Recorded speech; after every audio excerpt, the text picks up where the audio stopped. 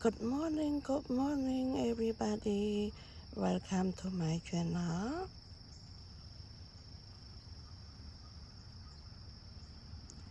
Today is Wednesday,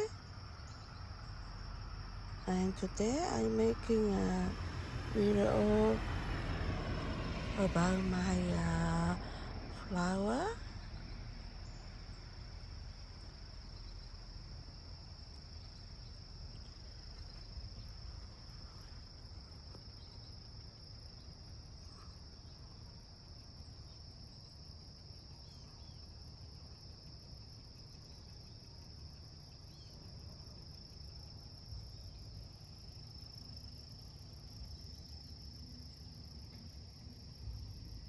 So today បងប្អូនទាំងអស់គ្នា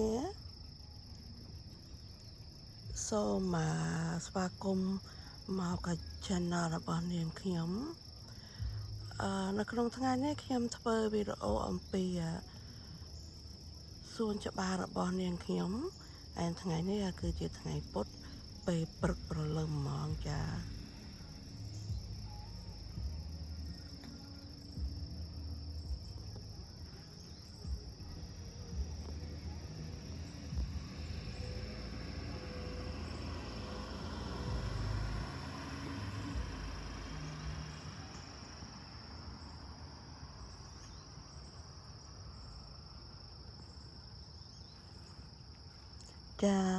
នាងខ្ញុំសូមថ្លែងអំណរគុណ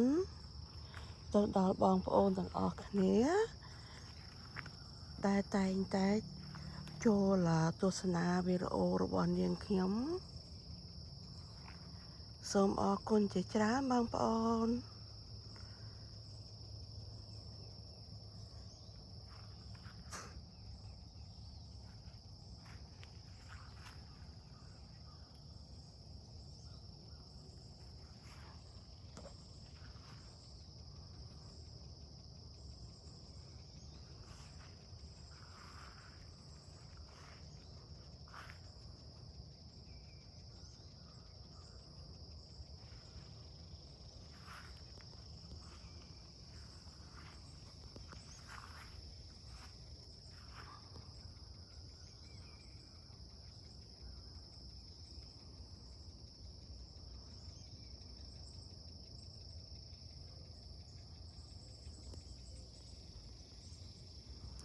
ចាវីដេអូខ្ញុំមានតែត្រឹមហ្នឹងទេចា